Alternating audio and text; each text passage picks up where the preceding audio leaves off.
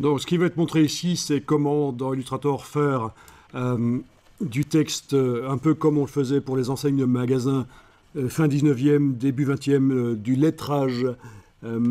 Mais toujours, le but, c'est pas un tuto pour apprendre à faire ça en réalité. En réalité, c'est une explication avec un but.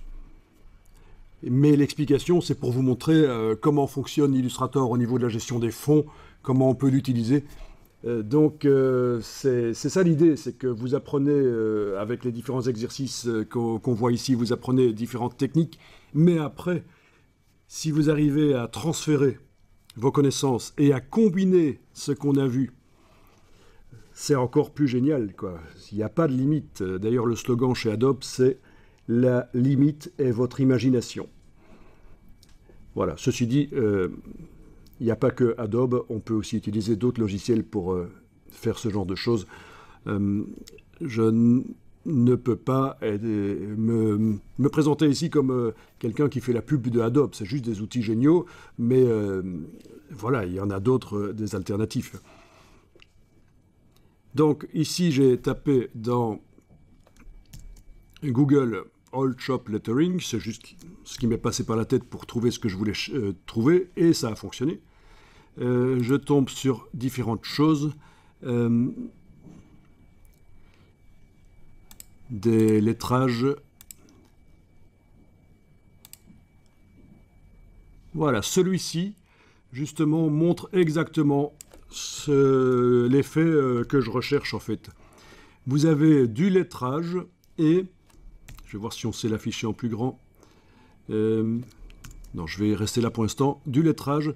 Et vous avez des soulignements, en quelque sorte. Des formes qui soulignent le bord des lettres. Une verticale ici, une courbe ici. Donc c'est comme si on avait d'abord dessiné les lettres. C'est d'ailleurs ce qui s'est passé. C'est ce qui se passe dans la vraie vie. On dessine d'abord la lettre et puis après on vient dessiner le bord dans une autre couleur éventuellement. Donc c'est ça l'effet. Donc c'est ce qu'on appelle du lettrage, du lettering. Et alors c'est revenu beaucoup à la mode, il y a des graphistes qui se sont spécialisés là-dedans. Le lettrage à l'ancienne.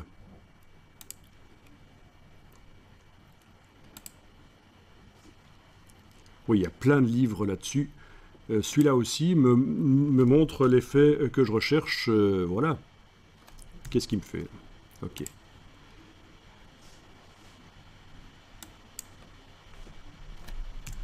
Cet effet de soulignement par petites courbes, petites taches. On va l'obtenir évidemment très facilement dans Illustrator par un jeu de décalage de contours.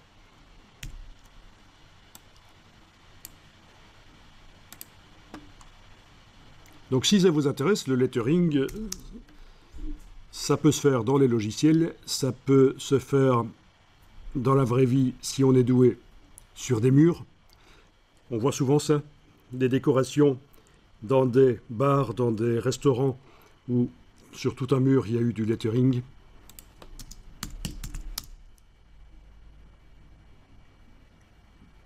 Ce genre-là. C'est plutôt dans le genre Keith Haring, l'artiste pop art, là. Mais ici, c'est plutôt dans le genre ancien, vintage. En voilà une qui est en train de le faire. Donc, c'est pas de la typographie, c'est un peu le cousin de la typographie.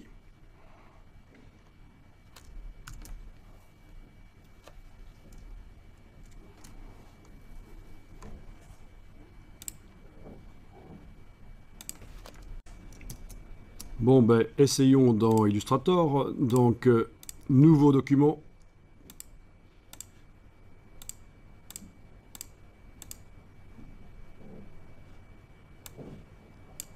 Ah oui, dans ce cas-ci, on aurait besoin d'un calque avec un fond gris derrière, parce qu'on va jouer avec du blanc. Donc, dans la palette des calques, vous allez créer un nouveau calque.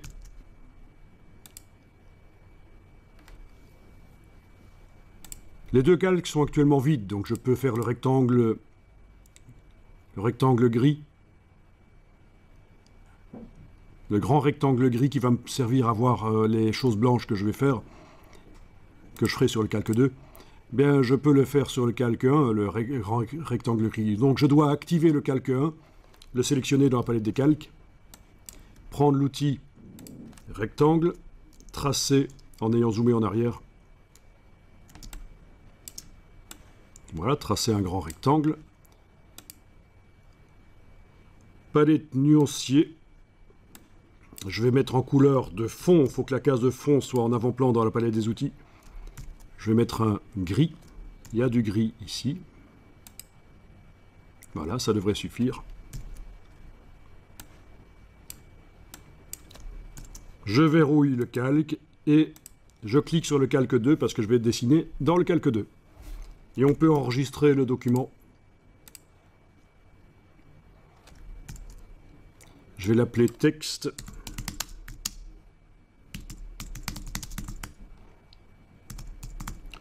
Ancienne enseigne. 01. Vous donnez un peu le nom que vous voulez, tant que vous vous y retrouvez.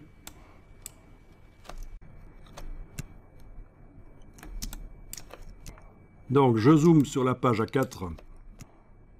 Donc, avec l'outil texte, je vais taper un texte. Donc, je clique. Je tape quelque chose que j'agrandis. Si dans la vraie vie, on pouvait les agrandir comme ça, ce serait génial. Alors, palette caractère, je vais passer en optique. Et au niveau de la typographie, il faut choisir une police ronde. Ça marche mieux sur les polices rondes. Bien rondes. Donc, je vais choisir dans la liste ici une police plutôt ronde. Celle-ci est pas mal, mais elle fait penser au XVIIe siècle, au script. Si c'est des bonbons anciens, pourquoi pas, mais vraiment très anciens alors.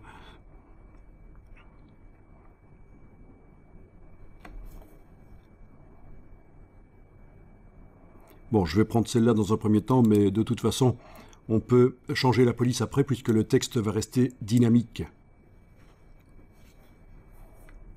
Au niveau de la variante, il n'y a que du régular. Ok.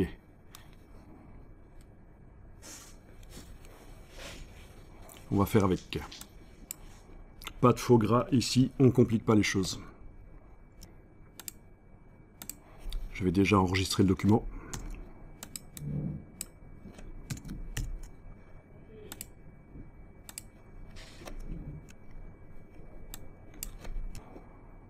Alors voilà, on va dans la palette des outils, enlever la couleur.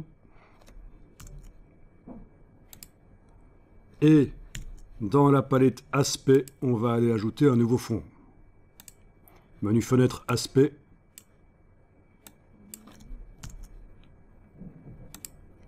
Ajouter un nouveau fond.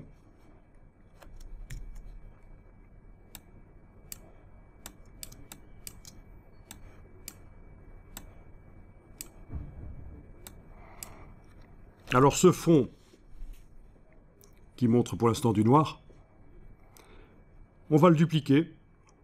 On le prend par sa partie là ou là.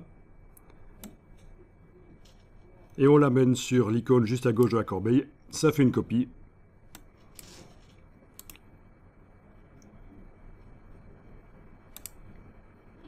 Le fond noir qui est en dessous, on va le mettre en gris.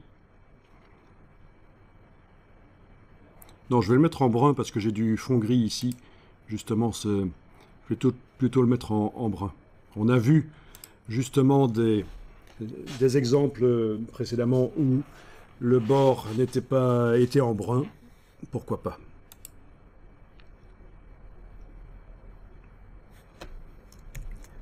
On va bien sûr sur cet objet qui est actuellement sélectionné Et spécifiquement sur ce fond brun du dessous, on va aller mettre un effet de déplacement. Donc menu Effet, Distorsion et Transformation. Transformation. La case aperçue est cochée. Vous déplacez de manière à ce que ça aille vers la droite et le bas.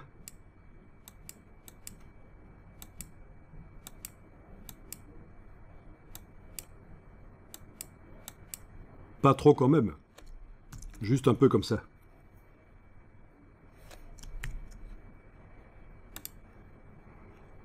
Ça aurait été quand même mieux avec une police plus épaisse.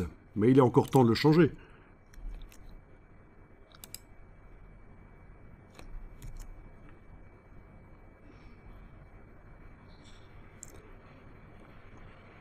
Bon.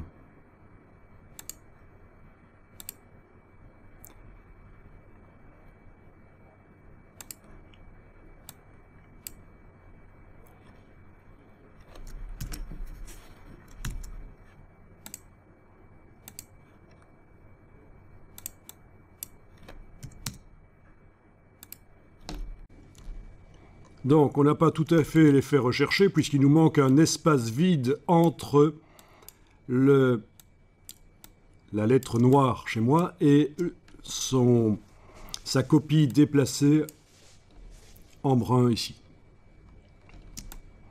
Donc, ce qui va être fait, c'est tout simplement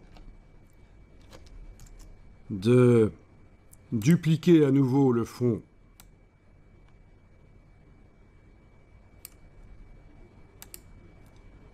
de lui mettre un effet de déplacement. Alors d'abord, je vais lui mettre une couleur blanche. Voilà. Le fond du milieu va être blanc. L'objet est sélectionné.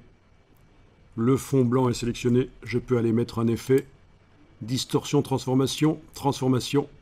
Case aperçue cochée, je déplace. Voilà, et je regarde le brun.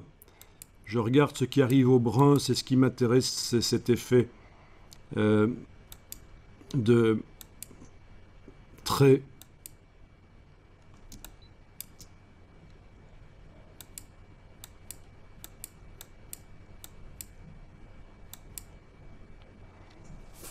Voilà, je vais peut-être aller remodifier la transformation sur le brun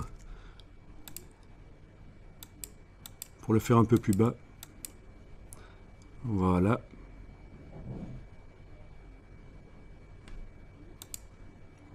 La transformation sur le blanc.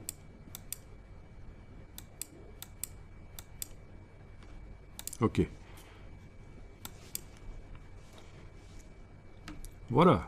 Si je mettais bien sûr à ce fond blanc plutôt la couleur grise qui est derrière, j'obtiendrais quelque chose de très bien.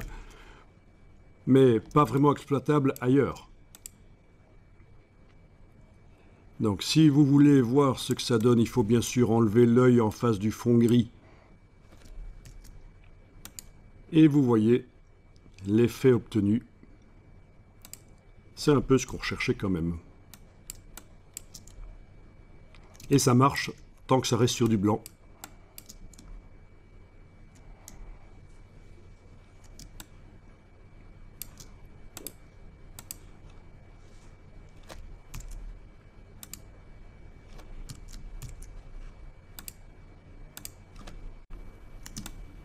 Ok, je vais dupliquer ça. Avec la flèche noire et la touche Alt, je déplace, ça fait une copie, je continue à travailler sur cette copie-là.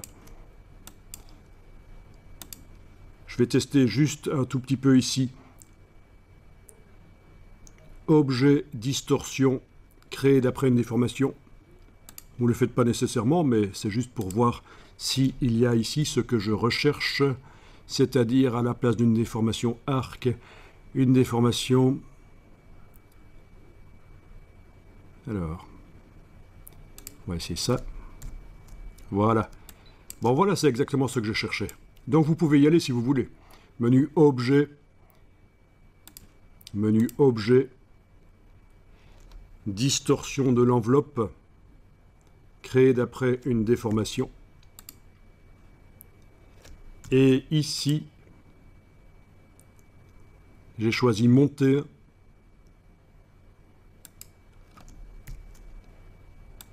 Et j'ai l'effet qu'on avait vu sur, les exemples, c'est-à-dire, si je remontre les exemples, si je les ai toujours là, non, je les ai plus. Oui, ce genre d'effet.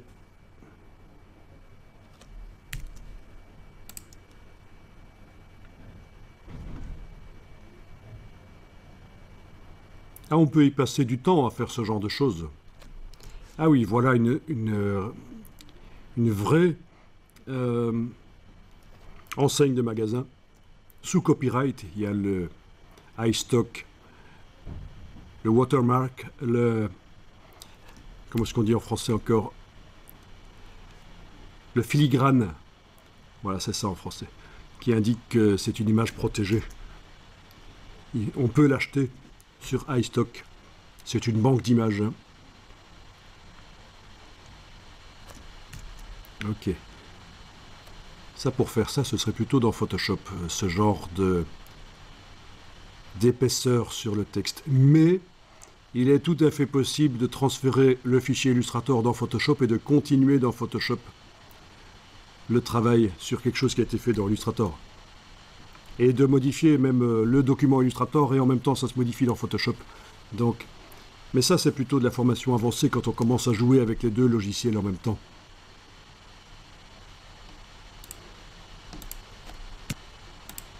Je vais enregistrer.